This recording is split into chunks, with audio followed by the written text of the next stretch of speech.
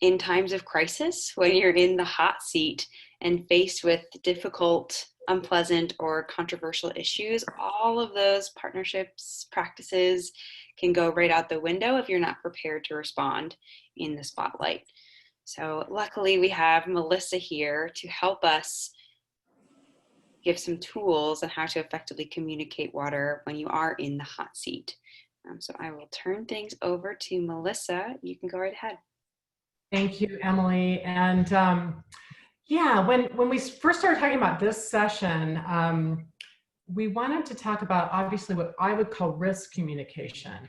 And a lot of times for those of you that provide water or in water utilities, that might come up with a water quality crisis, or, oh gosh, we've got this rate increase that's a lot higher than we'd like it to be, and we're having to communicate about it and it feels really uncomfortable. So those are kind of some typical types of things that happen in water utilities, but I was also asked to give some special notes about communicating right now. And right now is probably one of the most stressful times in our country everywhere that we could ever imagine, right? There's so many layers of crises happening. And when I developed these slides, we were just talking about COVID-19 and now, you know, the social justice issues going on in our country and the reaction to that. So I'll be touching about a little bit on that, and hopefully you can take some things from that. I also want to talk about being a trusted source, and I will put some special notes in here about rate changes because that's such an issue for many of you. So without further ado here, let's go way back into the past and think about you know, from the late 1940s until pretty recently, like the 1990s, aside from civic and social clubs, there was really only one, maybe two ways to reach the public. You had broadcast and print media. And it was relatively a binary operation between the messenger and the receiver. So you and your audience, that's all there was. And then, you know, back then, that TV changed throughout the 50 years.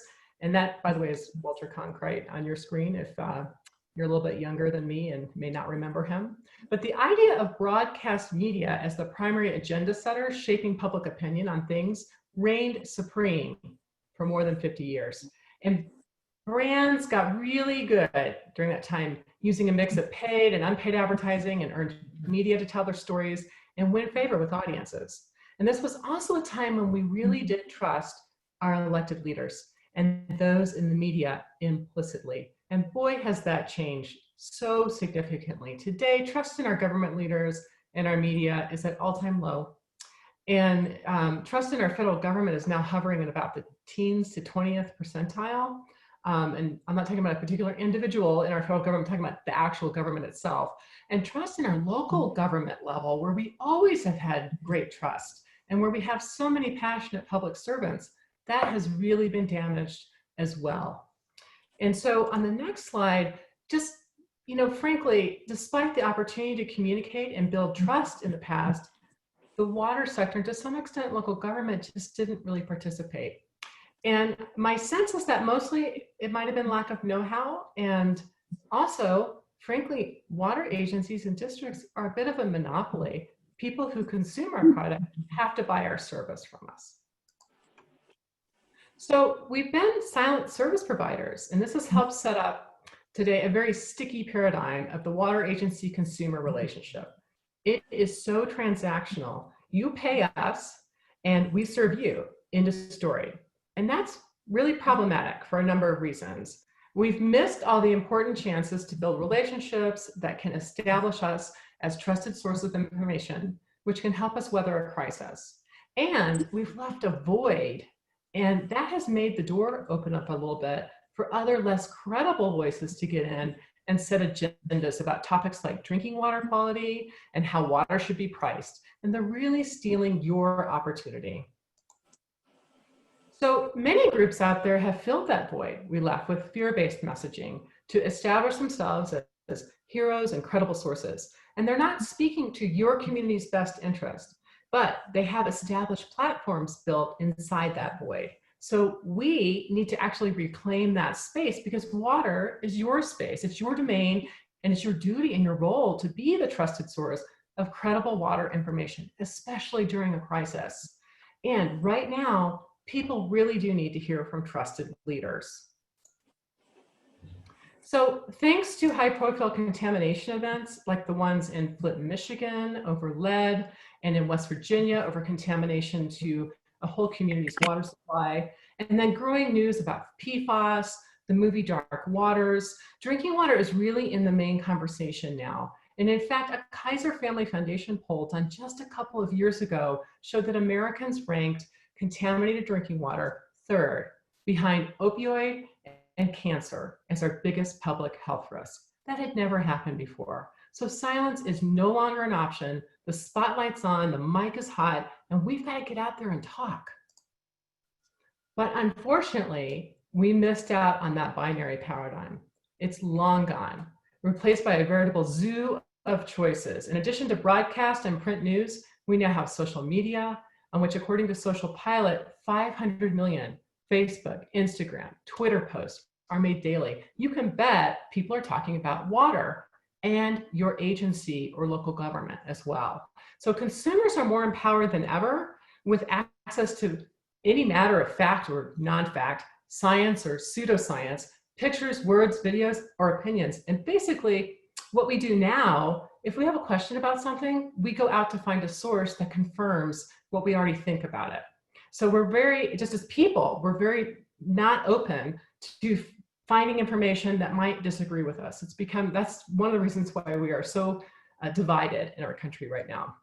And social media's influence and facilitation of public opinion is undeniable. And water agencies and municipalities can no longer afford to be absent there. You have to engage where people are.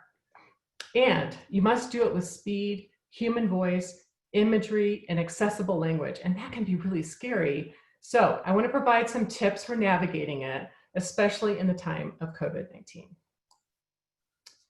So today is like any other time in recent history, and it requires a different approach to communication than likely you've ever used before. Folks are scared, they're anxious, and this isn't about water service or a specific contaminant, or their fear may be clouding their ability to really hear you right now.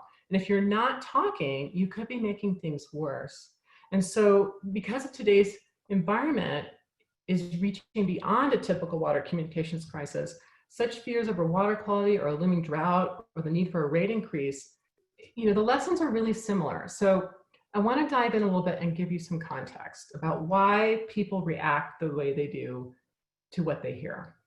So some of us are very logical thinkers naturally. We make decisions based on facts and evidence, and then others tend to think with our heart, and we make decisions about how we feel. But in a crisis, this really does change. In today's crisis, everyone, even traditionally more logical thinkers, are in a fairly heightened emotional state. And with good reason. The news is scary and the triggers are everywhere. But trust is required in a crisis. So how do you build or maintain trust, especially now? It's a combination of things. It's in your behavior and it's in what you are expected to do. So trust happens when promises are filled, expectations are met, and values are lived. And I often get asked, how do you know what the right thing to do or the right thing to say is at this time? And you would simply, I always say, ask yourself, what would reasonable people appropriately expect a responsible organization to do in this situation right now? Because in times of crisis, the old adage, no news is good news, does not apply. No news is actually really scary for people. In these turbulent times, your community will assume the worst. If you don't speak, they'll think that you either don't care or you don't have good news. And they really need reassurances. Not to mention, when you're silent right now, you leave an empty space for other, less credible voices to get in and spread misinformation about services or needs in your community. So take a lesson from the captain in the cockpit and be speaking to your community. But how? And that's the crux of this presentation. During a crisis, when fear is present and emotions are high, how should we communicate? How can we alleviate fear and get people to really listen to us? And probably not many of you have really been trained to work in an emotionally charged environment. If you think about it, in professional settings, our first instinct, if someone is emotional, if a coworker is emotional or a community member is, you actually try to ignore the emotion. Most of the times we don't acknowledge the emotion, we actually try to look right past it. And that's exactly the wrong approach right now. In the field of risk communication, which much of the work is done by social scientists around the world, we've identified some core principles that actually explain people's behavior during a crisis, and that gives us the tools we need to communicate. So it's helpful to take a look at our brain. A Nobel Prize winning behavioral scientist put the connection together of how the brain processes information when we're scared and how that should have a bearing on how we relay information to somebody who's feeling emotional about something. So it helps to know a bit about how it works. Our brain, we have the frontal lobe, and that's the highest functioning part of the brain. It's our logic center, and it suppresses all that socially inappropriate behavior. It predicts the consequences of action. It plays a role in the choices between good and bad, and it frankly helps us be good citizens in our community. And then we have the amygdala, which is right there at the brainstem, and it's kind of the oldest part of the brain, right? That's much different. It's our emotional center, and it's also our safety supervisor. So scientists found that when people are frightened and emotional, the brain actually stops processing information up in their frontal lobe, and it shifts it all to the amygdala. And that now makes people think, I'm feeling uncomfortable, I'm feeling unsafe. Should I flee? Should I fight? Should I freeze? And if you're having a conversation about somebody where they feel emotionally charged, their instinct is to fight you on that. And if you've given them a platform like social media to do it, they go pretty rogue on you pretty quickly. So that's why in a crisis or with bad news, you're going to likely find yourself face to face with an angry or fearful person. And they're simply, if you can try to get this, they're simply trying to keep themselves safe. And they cannot hear any of your facts or reassurances until they know they're safe. So communications and communicators need a very valuable skill of risk communication. You need to move people from that heightened emotional state back into one of reason.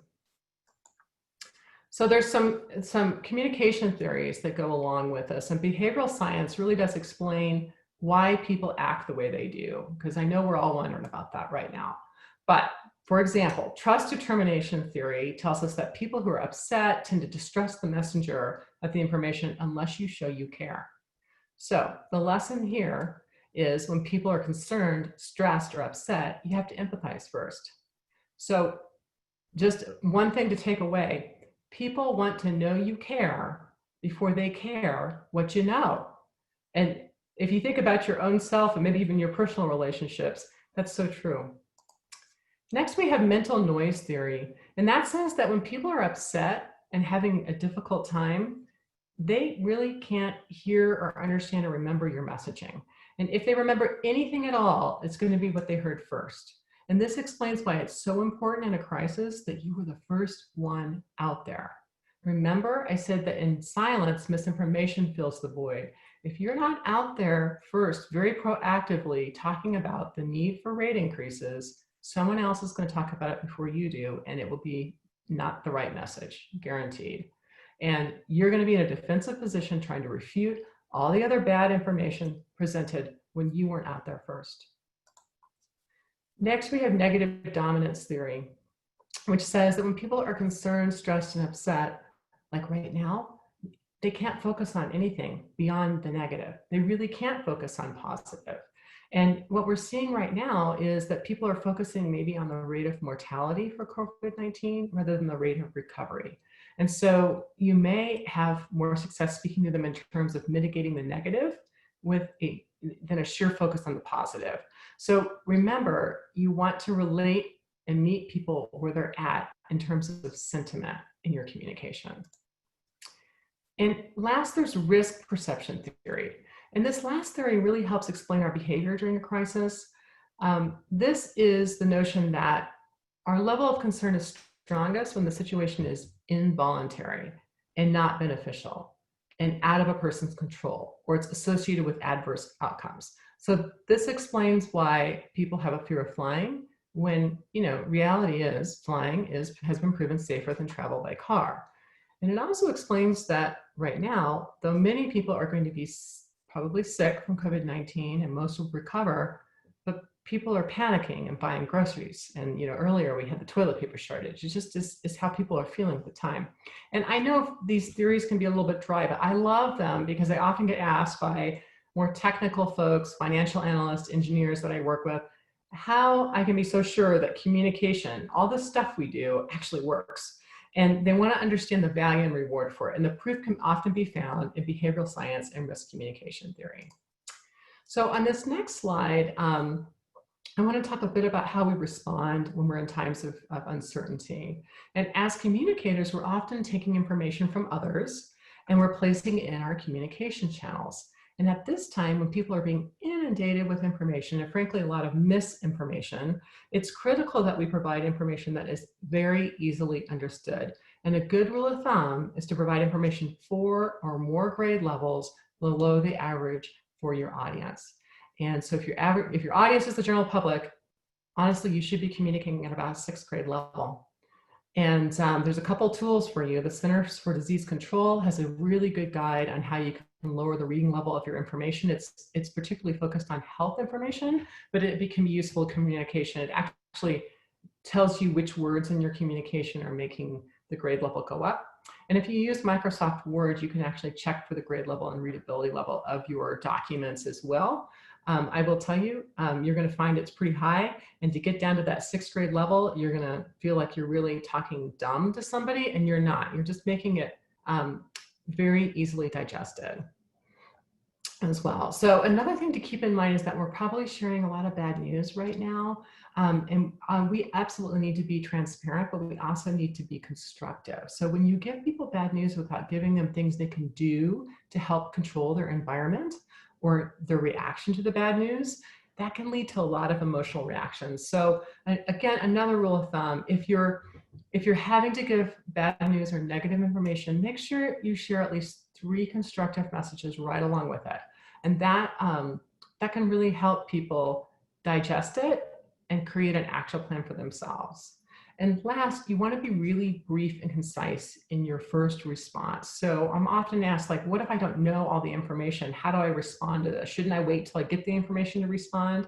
It's completely fine to say, I don't know the answer, but I'm going to get it for you. And I expect I'll have it in about 4 hours. And I'm going to get back to you whether I have it or not. That's totally fine. People will be accepting of that. Then taking a look at that last point, that concise and brief, just putting it into a formula for those of you that are a little bit more technically minded. The human brain can effectively process no more than 27 words that are spoken in 9 seconds and that have 3 or fewer pieces of information. Real research data stuff, like thoroughly researched, that is what you want a message to be. So often when I'm working with people on their messaging, I get pages of information that they want to share with a human being. And especially right now, where we're all a little bit more stressed than we normally are, it's just too hard. You need to give it to them in little snackable bits that they can digest and then move on.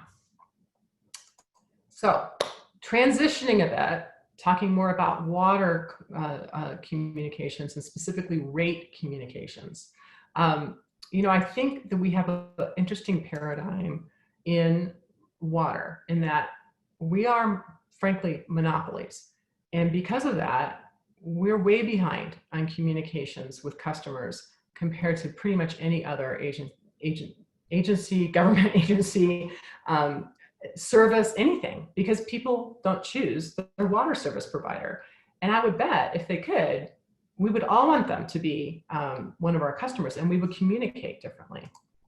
So on the next slide, just some basic tips, and we've talked about some of these today, and you heard some examples, but you need to be going where your customers already are. Don't expect that they're going to find you on your website or call you in your customer service. You need to go to the community fair once we have those again. And you need to interact with people and show them all the wonderful people that work in your agency, because you have amazing public stewards. And once people get a chance to see that, there's a lot of trust that can be built there. Open your doors to tours. Really think about customer surveys and focus groups. Ask people for their opinions. It can really help you craft your messaging. And then let me talk about message framing for a bit too. You know, typically our agencies and our utilities, public works departments, they're run by incredibly smart technical people. And when we communicate, we always want to think about the audience. So your audience is almost always going to be your customer. Even if you're doing a media interview, the audience isn't the media. It's who will see that story. It's your customer. So take a look at what's on your screen, and I'm not going to read it to you, but that top message is incredibly long. You might get through the first 3 or 5, 6 words, and then your brain is like, I'm done. I can't handle any of this. But essentially, and this was taken from an actual document I rewrote, but the first message is about all these things that the district's worried about in its 2035 vision plan and all that great stuff. Well, that's really important to the internal, but externally to the customer, the second message is where you want to head. Green infrastructure will help our community eliminate basement backups and have cleaner rivers by 2035. Who wouldn't love that? Images are also really, really important. So what's on your screen is a piece that I did for Sweetwater Authority south of San Diego. It'd been 5 years since they had a rate increase. They were kind of at the cusp of having to experience some water quality aesthetic problems because they weren't able to maintain their system. They really needed some revenue to make some changes. And so we were helping them with a rate increase, but along with that one, a very extensive communication program that was earlier we heard Emily say it was baked in. It wasn't just sprinkled on top. So this was just one example of a piece that we did that used images in this community. We wanted to share with the community when they paid the water authority money, where it went and how it was used. There was a lot of misinformation about really high salaries at the water authority, and we wanted to dispel that. The little penny with the gallon sign was a message that it costs less than a penny to get a gallon of water delivered directly to the tap 24/7 anytime you want it. And this was done because this community had a really high reliance on bottled water as well. And at the bottom, we did some discussion about cost of service. When those of you that are going through rate studies know that's something that rate consultants do a lot, and it's a really confusing term. And so we used images to help explain what that was. On the next slide is an example from right here in the watershed, Molten Niguel. And Molten Niguel has a fairly complex rate structure, but they know it's complex and they are happy with their rate structure, but they want their customers to really understand it. And so they've actually created the formula in pictures instead of making people do math. They've led people through how they have broken out their rate structure.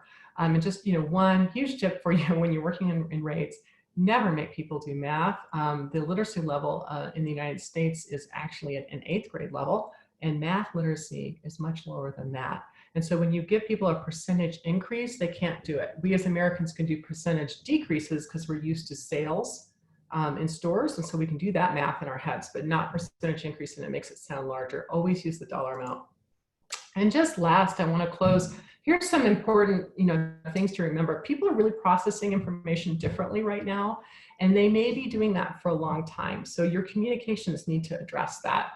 And they're likely responding through a lens of anger, anxiety, and fear. And when people are like that, it takes a different approach to reach them. So you need to start with empathy. You always have to show concern, and then you can move into open-ended questions and kind of get people to a place of reason.